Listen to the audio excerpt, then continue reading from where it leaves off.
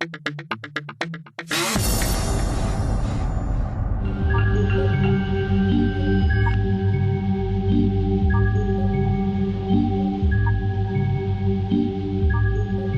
étaient 150 000, jeunes, insouciants, heureux de participer à la grande aventure de la bombe atomique. Ils étaient naïfs, ils avaient confiance en la science, ils ont cru qu'ils ne couraient aucun danger.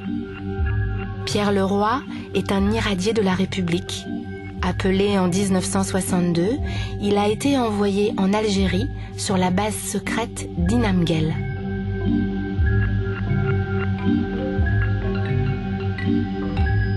Je suis arrivé sur la base, j'avais 20 ans. Vous étiez tout jeune. J'avais 20 ans, donc pour moi c'était un univers un peu extraordinaire dans la mesure où en plein désert, au milieu du désert, il y avait simplement une route goudronnée entre la base vie, c'est-à-dire cette base-là où l'on vivait, et puis la montagne où on faisait exploser les bombes, c'est-à-dire à 30 km, et le reste c'était le désert, il n'y avait rien du tout. Juste avant l'explosion, vous aviez plein de bruits de couloir. Vous entendiez dire que, par exemple, un Nord-Atlas était arrivé avec 300 cercueils. Il y avait des choses comme ça qui circulaient, sans jamais savoir si c'était vrai ou pas vrai. Et notre courrier, par contre, était bloqué depuis un mois. C'est-à-dire qu'on n'avait pas le droit de parler de l'explosion. Le tir nucléaire a eu lieu le 1er mai 1962. Plusieurs personnalités politiques avaient fait le déplacement pour assister au spectacle de la bombe. Le tir devait être souterrain, mais la montagne n'a pas résisté et l'explosion nucléaire n'a pas été contenue. Ce sera l'accident de Beryl. La montagne est à 30 km, on la voit parfaitement bien, tout le monde s'installe et attend l'heure de l'explosion et regarde la montagne. Voilà. À 11h, qu'est-ce qui se passe? À 11h, je vois la montagne qui commence à devenir toute blanche.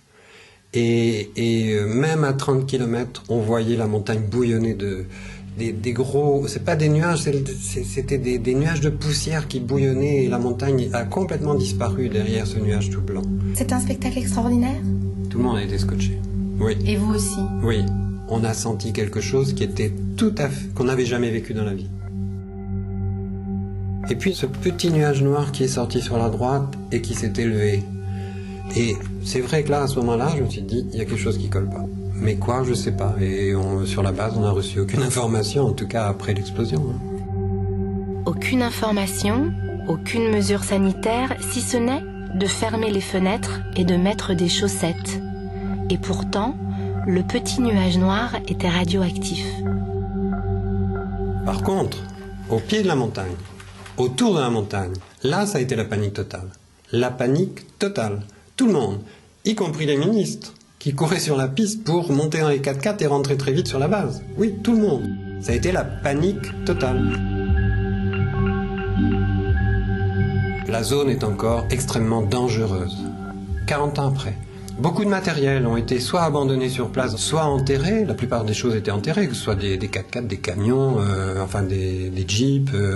des vêtements, des couvertures, on les brûlait pas et pour une raison très simple, c'était pas la peine de repolluer l'atmosphère avec des matières radioactives dangereuses. Les habitants de la région, après le départ des Français, qu'est-ce qu'ils ont fait? Ils sont allés sur place, ils ont déterré tout ça pour les récupérer, soit éventuellement les utiliser ou les vendre. Et donc, fatalement, je pense qu'ils ont été gravement contaminés. À aucun moment, l'armée n'a fait de suivi, quoi. Sur le livret militaire, j'ai rien. Aucune mention des radiations que vous auriez pu bien sûr recevoir. Que non. Mais de toute façon, on ne pouvait pas savoir le taux de radiation éventuel qu'on aurait pu nous prendre à la base, puisqu'on n'a jamais eu de dosimètre. Pierre, est-ce que ça veut dire que depuis 1962, vous y pensez sans cesse et vous avez peur pour votre santé? Je n'ai jamais oublié, j'ai toujours été relativement inquiet par rapport au fait d'avoir probablement été irradié. Vous pouvez avoir des problèmes, et vos enfants peuvent avoir des problèmes aussi. Et moi, ça m'a posé des problèmes. La meilleure preuve, c'est que j'ai pas d'enfants.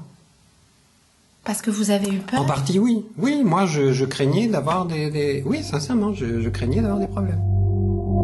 D'après une étude menée par l'Association des vétérans des essais nucléaires, 89% des vétérans sont malades et 34% d'entre eux ont 1 à 3 cancers. Est-ce qu'au moins l'État a reconnu qu'il y avait eu un accident le 1er mai 1962? L'explosion du 1er mai 62 est reconnue comme accident majeur.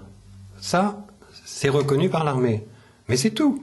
C'est-à-dire que on reconnaît l'accident, mais on a l'impression, enfin on dit que oui, mais c'est comme ce que nous pouvions entendre sur la base, c'est pas dangereux. Il n'y a pas de risque. C'est pas grave. Hein. Donc aujourd'hui, c'est ça.